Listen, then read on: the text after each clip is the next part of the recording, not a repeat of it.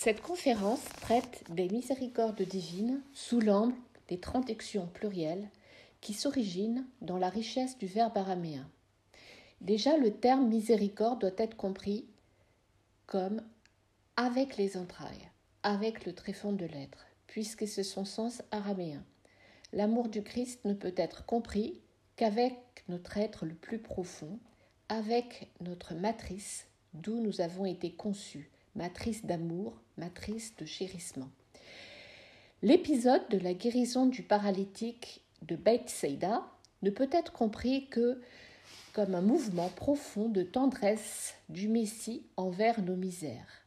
La miséricorde étant étymologiquement un mouvement du cœur divin vers la misère de l'homme. La racine esda signifie la tendresse, la dévotion, la miséricorde. Ainsi, Jésus guérit le paralytique dans la maison de sa miséricorde. Jésus nous donne un nouveau commandement, celui de brûler d'amour pour Dieu. Ceci est mon commandement, que vous brûliez d'amour les uns pour les autres, comme j'ai brûlé d'amour pour vous. Jésus a brûlé d'amour pour l'humanité, pour l'homme pécheur. Pugdana ata yaheb na lekon daiweton mahabbin hahad lehad hekaina dena haheptekon hap eton tahabon hahad lehad. Signifie brûler d'amour, de charité. Jésus brûle d'amour pour nous. Et nous devons aimer notre prochain avec une brûlure d'amour. Le mot Bereshit doit-il être traduit par « au commencement ». Cette traduction n'est-elle pas problématique? Car Dieu n'appartient pas au temps. Au commencement était la parole, et la parole était avec Dieu, et la parole était Dieu. Bereshit ita wa melta, wahu melta ita wa lawat halaha, wa halaha ita wa hahu melta.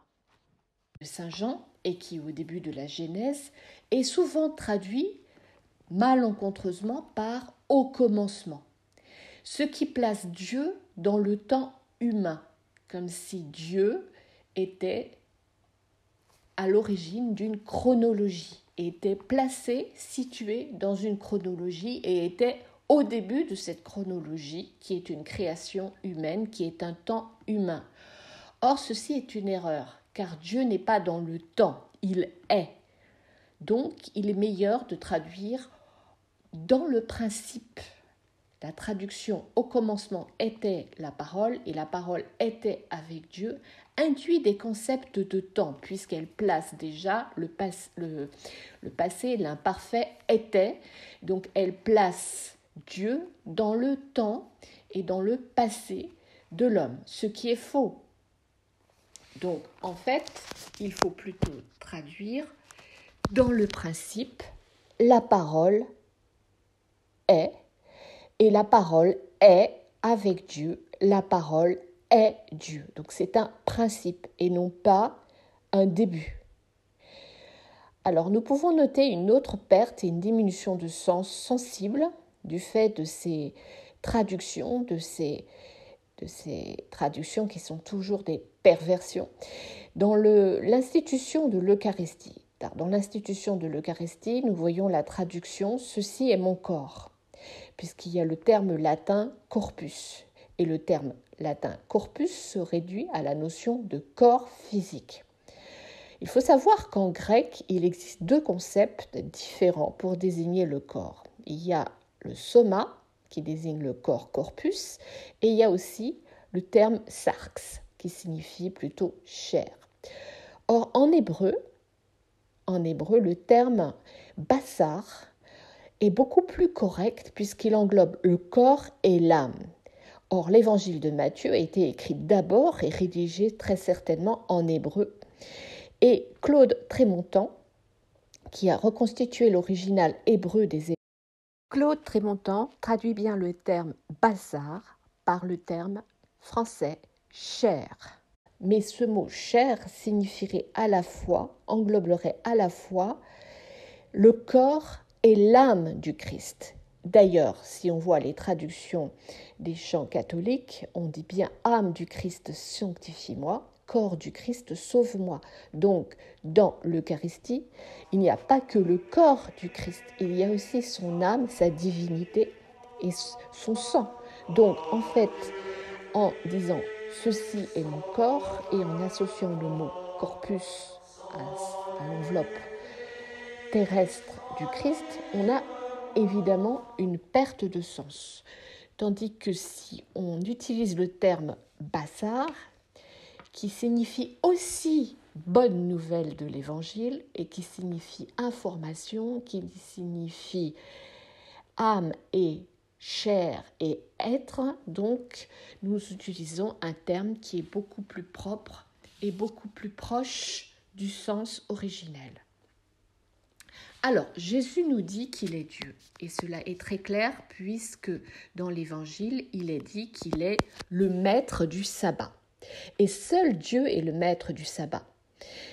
Alors, Jésus nous dit, dans une phrase qui a heurté les Judéens, le Seigneur du sabbat est le Fils de l'homme.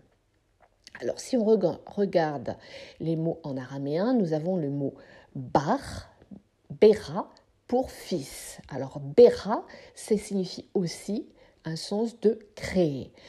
Alors, à l'origine, c'est Elohim qui, au 7e jour, a créé, a fait la création, a sanctifié la création et a cessé son œuvre, donc a fait cesser son œuvre, c'est ce qu'on appelle le sabbat.